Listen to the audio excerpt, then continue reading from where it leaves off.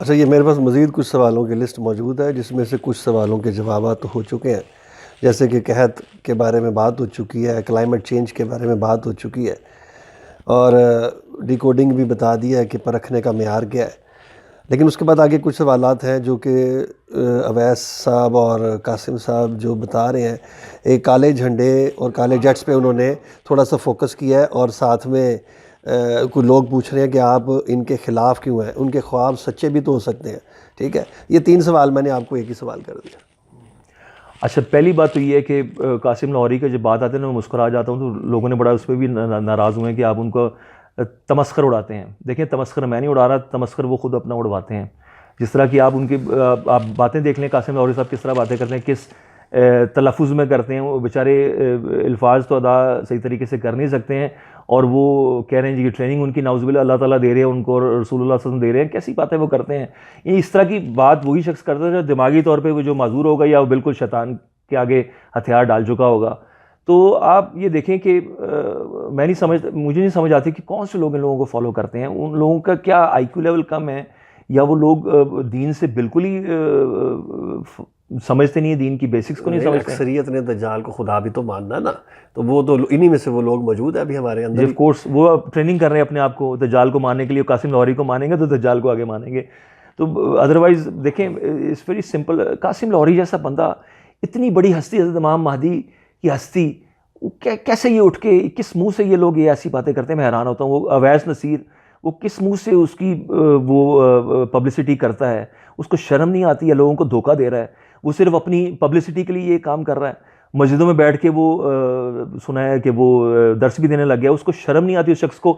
اتنی کم عقل والا شخص، اتنی کم فہم رکھنے والا شخص، وہ مسجدوں میں بیٹھ کے لوگوں کو درس دینے لگ گیا ہے۔ یہ حالات آ گئے ہیں، اور یہی تو اینڈ آف ٹائمز کی نشانی ہے کہ یہ جاہل لوگ تمہیں دین سکھائیں گے۔ یہ جہلا کی سب سے بڑی نشانی ہے کہ یہ اپنے آپ کو سمجھتے ہیں کہ سب سے بڑے دیندار ہیں، اور ان کو حدیث کا علم نہیں ہے۔ دیکھیں، ہم لوگوں کا پرابلم پتہ کیا ہے؟ ہمیں ڈی کوڈنگ کا جو سب سے پہلا اصول ہے نا، وہی نہیں ہمیں پتہ۔ احادیث اینڈ آف ٹائمز کی ڈی کوڈنگ کا سب سے پہلا اصول ہی یہی ہے کہ آپ کسی بھی صحیح حدیث سے کانٹراڈکٹ نہیں کر سکتے۔ اور یہ اینڈ آف ٹائمز کے لیے نہیں ہے، یہ پورا اسلام ہے۔ پورے اسلام میں کسی بھی چیز کو، کسی بھی بات کو آپ کسی بھی صحیح حدیث سے کانٹراڈکٹ ہی نہیں کر سکتے، کیونکہ قرآن نام ہی قرآن اور صحیح حدیث کا ہے۔ اطیعوا اللہ و اطیعوا الرسول، سورہ محمد آیت نمبر 33 میں اللہ تعالیٰ نے کلیئرٹی میں فرما دیا کہ اپنے اعمالوں کو برباد مت کرو، اللہ کے اور اس کی رسول کی اطاعت کرو، اور اپنے اعمال کو برباد مت کرو۔ یعنی کہ جو بھی آپ کے اعمال، جو بھی آپ کی انڈرسٹینڈنگ، جو بھی آپ کے ڈوز اینڈ ڈونٹس اگر آپ کر رہے ہیں، اگر وہ قرآن اور حدیث سے ٹکرا رہے ہیں، قرآن اور حدیث کے مطابق نہیں ہیں، تو وہ سب بیکار ہیں، آپ کی ساری ایفرٹ بیکار ہے۔ تو میں حیران ہوتا ہوں، ہم نے کلیئرٹی میں یہ بتایا تھا قاسم لاہوری اور اویس نصیر کے بارے میں کہ یہ جھوٹا ہونے کی سب سے بڑی دلیل یہی ہے کہ یہ وہ بات کر رہے ہیں کہ جو کہ رسول اللہ صلی اللہ علیہ وسلم نے صحیح حدیث میں منع کر دی ہوئی ہے نہیں کرنی آپ نے، یہ وہی کام کر رہے ہیں۔ ایک طرف یہ کہتا ہے شخص کہ بھی مجھے رسول اللہ صلی اللہ علیہ وسلم خواب میں آ کے کہتے ہیں جی کہ تم خواب سارے اناؤنس کرو، ساری دنیا کو بتاؤ۔ یہ تو بات ہو ہی نہیں سکتی رسول اللہ صلی اللہ علیہ وسلم کی، کیونکہ رسول اللہ صلی اللہ علیہ وسلم تو ہمیں یہ اس سے برعکس ہمیں ٹیچنگ دے چکے ہیں صحیح حدیث کے اندر۔ تو ہم صحیح حدیث کو مانیں گے کہ ہم قاسم لاہوری کو مانیں گے؟ صحیح حدیث کے مقابلے میں جو بھی کھڑا ہوگا وہ جھوٹا ہے، وہ دجال ہے، وہ کذاب ہے۔ دجال does not mean actual the دجال۔ You see what I'm saying؟ لوگ یہ سمجھتے ہیں، لوگ ابن سیاد کو بھی دجال کہہ دیتے ہیں۔ میں انشاءاللہ تعالیٰ دجال کے ایپیسوڈ میں لوگوں کی یہ غلط فہمی بھی دور کروں گا کہ ابن سیاد دجال ضرور تھا، لیکن وہ ایکچوئل دجال نہیں تھا۔ وہ دجال کا مطلب ہوتا ہے نا دجل کرنے والا، دھوکہ دینے، فراڈ۔ جو ایکچوئل مسیحت دجال ہے نا، وہ ابن سیاد نہیں تھا۔ ابن سیاد دجال تھا، لیکن جھوٹے والوں، کذابوں والوں میں شامل ہو رہا تھا وہ، ٹھیک ہے۔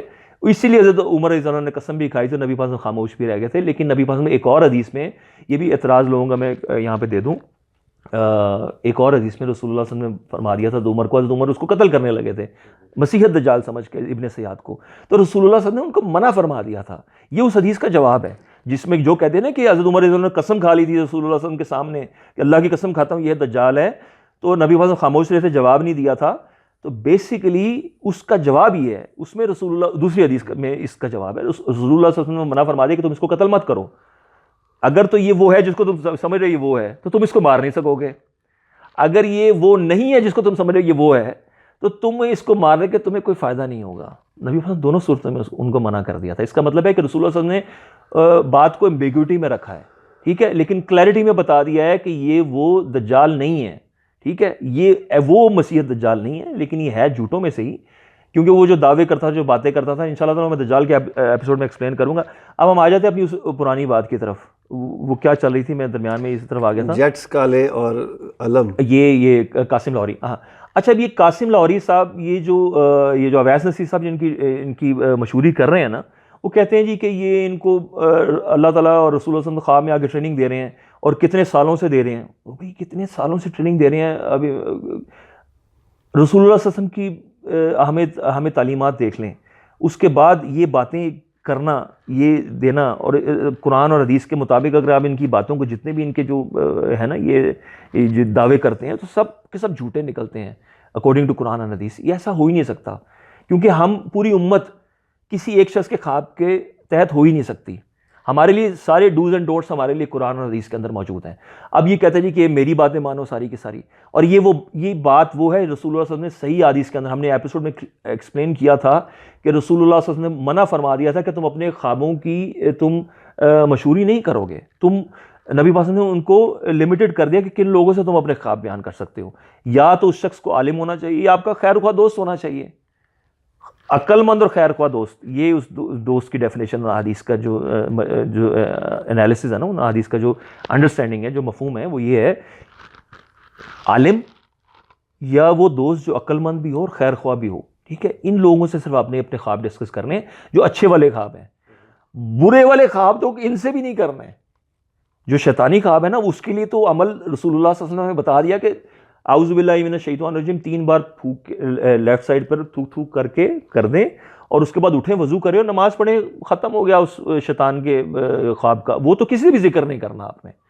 تو جو اللہ کی طرف سے خواب ہے وہ ذکر کرنے کی لمٹ لگا دیے رسول اللہ صلی اللہ علیہ وسلم نے. عام پبلک میں نہیں آپ اپنے خواب بیان کر سکتے. تو جب ہمیں صحیح حدیث میں ہمیں نبی پاک نے ایک چیز بتا دی, اور اب یہ شخص اور طرح کی باتیں کر رہا ہے, تو میں کیسے اس کو سچا مان سکتا ہوں؟ اور اس کی اب پرسنالٹی دیکھ لیں, اس کی شکل دیکھ لیں, اس کے لب و لہجہ دیکھ لیں, ہر چیز دیکھ لیں. وہ حضرت امام مہدی ایک ایسا کریکٹر ہے جس کو رسول اللہ صلی اللہ علیہ وسلم نے پریڈکٹ کیا 1400 سال پہلے. ان کی ایک پرسنالٹی ہوگی, ان کا ایک روب ہوگا, ان کے اخلاقیات ہوں گے, اور وہ عربی تو 100% وہ عربی دان ہوں گے, اور قرأت میں وہ ماہر ہوں گے, کیونکہ انہوں نے مسلمانوں کی نماز کی امامت کرنی ہے. اور امامت کے جو ہمیں کلیئرٹی میں پتہ ہے کہ امامت کے جو اصول ہیں وہ یہی اصول ہیں کہ وہ دین کا عالم ہونا چاہیے اس شخص کو, قرآن کا سب سے زیادہ نالج ہونا چاہیے اس کو. تو قاسم لاہوری صاحب کو آ کے کہیں نا کہ یہ کتنا قرآن جانتے ہیں, کتنا نالج ہے ان کو, آ کے یہ ذرا دیں نا, ذرا یہ خطبہ دے دیں آپ جمعے کا, ہمیں پتہ چل جائے گا, دودھ کا دودھ پانی کا پانی ہو جائے گا. آپ یہ سورہ بقرہ پڑھ کے سنا دیں ہمیں, ٹھیک ہے, آپ بتا دیں کیا آپ کو قرآن کس طرح آپ کو پڑھنا ہے. لیکن یہ سب اس وقت ہوتے ہیں جب ہمیں شک ہوگا. مجھے تو شک ہی نہیں ہے سکتے جھوٹے ہونے پہ. اتنے میں ان لوگوں کی بات کر رہا ہوں جو ان کو امام مہدی مانے بیٹھے ہیں. تو میں ان لوگوں کی عقل کو تھوڑی سی فوڈ فار تھاٹ ان کو دے رہا ہوں تھوڑا سا, کہ تھوڑا سا اللہ سے ڈریں, اور اس شخص کو جو کذاب ہے اس کو اتنی بڑی پرسنالٹی کے ساتھ مت جوڑیں, اتنا ظلم مت کریں. وہ اس میں جو میں نے سوال کیا تھا, وہ لوگ جو کر رہے ہیں کہ انہوں نے جو کالے جیٹس بتا دیے کالے جھنڈوں کی جگہ. جی سر, کلیئرٹی میں جتنی بھی حدیث ہے نا کالے جھنڈوں والی, پہلی بات ہے رسول اللہ صلی اللہ علیہ وسلم کا اپنا جھنڈا بھی کالا تھا, ٹھیک ہے. اس میں بھی جو عربک میں ورڈ آیا ہوا ہے نا, وہ رایات السود آیا ہوا ہے, ٹھیک ہے, کالے جھنڈے. اور اس میں بھی جو خراسان سے کالے جھنڈے ہیں, یہ بھی رایات السود کا سیم ورڈ یوز ہوا ہے. اس کو جٹ بنا دینا آپ کا عجیب سی بات ہے, مجھے تو سمجھ نہیں آتی. سیم ورڈ جو رسول اللہ صلی اللہ علیہ وسلم کے زمانے میں کالے جھنڈے کے لیے یوز ہوتا تھا, انہی کے کالے جھنڈے کے لیے, اور وہی ورڈ یہ خراسان کے لوگوں کے لیے کالے جھنڈے کا یوز ہوا ہے. تو آپ اس کو جٹ نہ بنائیں.